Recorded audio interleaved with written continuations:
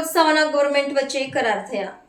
KP group બોત્સવાનામાં renewable energy ક્ષેત્રે 36,000 કરોડનું રોકાણ થશે। એમઓયુ હેઠળ કેપી ગ્રુપ અને બોત્સવાના સરકાર રિન્યુએબલ એનર્જી અને ઇન્ફ્રાસ્ટ્રક્ચર પ્રોજેક્ટ્સના વિકાસ માટે સાથે મળીને કામ કરશે અને 5 ગીગાવોટનો પ્લાન્ટ સ્થાપિત કરશે। કેપી ગ્રુપ બોત્સવાનાના 30 વિદ્યાર્થીઓને રિન્યુએબલ એનર્જી, એન્જિનિયરિંગ અને સસ્ટેનેબિલિટી અને સંલગ્ન શાખાઓમાં શિક્ષણ અને કૌશલ્ય વિકાસ માટે વાર્ષિક 30 શિષ્યવૃત્તિઓ પૂરી પાડશે।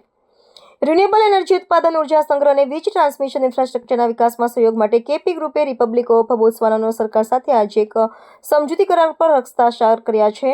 આ એમઓયુ કેપી ગ્રુપના આંતરરાષ્ટ્રીય વિસ્તરણમાં એક મહત્વપૂર્ણ સીમાચિહ્ન રૂપ બની રહેશે। એમઓયુ હેઠળ કેપી ગ્રુપ અને બોત્સવાનાના સરકાર રિન્યુએબલ એનર્જી અને ઇન્ફ્રાસ્ટ્રક્ચર પ્રોજેક્ટ્સના વિકાસ માટે સાથે મળીને કામ કરશે। નવી લાઇનોના નિર્માણની પણ યોજના છે। ઉપરાંત દક્ષિણ આફ્રિકા સહિત પડોશી દેશો સાથે વીજ આંતરજોડાણને મજબૂત બનાવી પ્રાદેશિક વીજ ટ્રાન્સમિશનને સક્ષમ બનાવવાનો ઉદ્દેશ પણ રાખવામાં આવ્યો છે।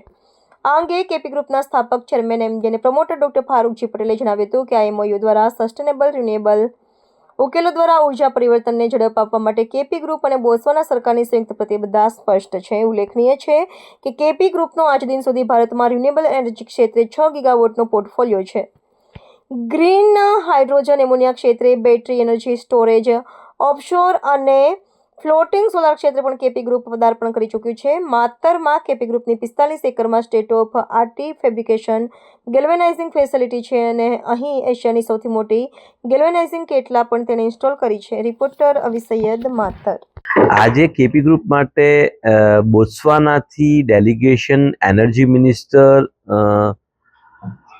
અહીંયા આવીને આપણી સાથે એમઓયુ કરે છે। ફોરેન અફેર મિનિસ્ટર આપણી સાથે એમઓયુ કરે છે। 5 ગીગાવોટનું અમારે એમઓયુ થઈ ગયું છે અને એ 5 ગીગાવોટ દ્વારા અમે લોકો બોત્સવાનાની અંદર પોતાના પ્લાન્ટ લગાવીશું અને આજુબાજુની કન્ટ્રીને એ પાવર વેચીશું।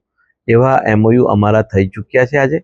અને એનાથી ખુશી વધારે શું હોઈ શકે કે આપણે વર્લ્ડના માટે, વર્લ્ડના લોકોના માટે બી એઝ અ ઇન્ડિયન આપણે આપણા ફૂટપ્રિન્ટોને સ્ટ્રોંગ કરી રહ્યા છીએ। આ એમઓયુ થવાના સાથે ભારતીયોને શું ફાયદો થશે? ભારતીયોનો સૌથી મોટો ફાયદો એ છે કે એક તો ભારતીય કંપની ત્યાં જઈને બોત્સવાનાની અંદર કે જે જગ્યાએ હાલ પણ તમે જોશો તો 12,000થી વધારે ભારતીયો ત્યાં રહે છે અને બીજા ઘણા બધા ટેકનિશિયનો આપણે અહીંયાથી લઈ શકીએ। બીજા દેશોના લોકો ત્યાં આગળ પગ પેસારો કરી રહ્યા છે, પરંતુ મુર્મુ મેડમના વિઝિટ પછી અમે લોકોએ નક્કી કર્યું છે કે આપણે પણ ત્યાં સ્ટ્રોંગ ફૂટપ્રિન્ટ આપવી જોઈએ અને બોત્સવાના એક કન્ટ્રી એવી છે કે એને 5 બીજી કન્ટ્રીઓ પણ લાગેલી છે અને એ 5 અને બોત્સવાના થઈને 6 કન્ટ્રીઓની અંદર આ એમઓયુ દ્વારા અમને એવું થાય છે કે આ બહુ જ સ્ટ્રોંગ ફૂટપ્રિન્ટ હશે। આ એમઓયુ સાઇન કરવા માટે ભારત સરકાર તરફથી કેવો તમને પ્રતિસાદ? દરેકે દરેક કામ આપણે ઇન્ડિયાની અંદર કે ઇન્ડિયાની બહાર થતા હોય કંપનીઓના, તેની અંદર સરકારનો પ્રતિસાદ સારો જ હોય છે અને એમણે ઘણી સારી રીતે આપણને બોત્સવાના અમને ડેલિગેશનમાં પણ લઈ ગયા। ત્યાર પછી તેમની સામે અમને લોકોને પ્રમોટ કર્યા અને એ પ્રમોશન કરવાને કારણે આજે આ એમઓયુ શક્ય બન્યું છે। બોત્સવાનામાં જે એમઓયુ થયું એના માટે આપના દિમાગમાં કયો શાર્પ પોઈન્ટ આવ્યો કે જેના કારણે તમે બોત્સવાનાને પસંદ કર્યું? મેં આપને કીધું કે ઇરેડિયેશન એક તો વધારે છે, એની સાથે સાથે ત્યાં આગળ સેફટી બાકીના આફ્રિકા દેશો કરતાં વધારે છે અને ત્યાં 92% યુથ જે છે તે ભણેલું છે અથવા તો એજ્યુકેટેડ છે। આ બધી વસ્તુઓથી અમને ઇકોસિસ્ટમ પણ મળી જાય છે, સેફટી પણ મળી જાય છે અને ત્યાં આગળ જમીન એટલી બધી છે કે જે જમીનનો આપણે ઉપયોગ કરી શકીએ। આપણા ગુજરાત કરતાં 3 ગણી મોટી જમીન છે। બોત્સવાનામાં કોઈ સ્કોલરશિપ પ્રોગ્રામ પણ લોન્ચ કરવાનો છે? આપણે ઓલરેડી પીપી સવાણી યુનિવર્સિટીની અંદર અમારો સ્કોલરશિપનો પ્રોગ્રામ ચાલી રહ્યો છે અને તેમાં 92 વિદ્યાર્થીઓ આજની તારીખે રિન્યુએબલ એનર્જીના ગ્રેજ્યુએશન કરી રહ્યા છે પીપી સવાણી યુનિવર્સિટી કોસંબાની અંદર કોલેબોરેશનની સાથે।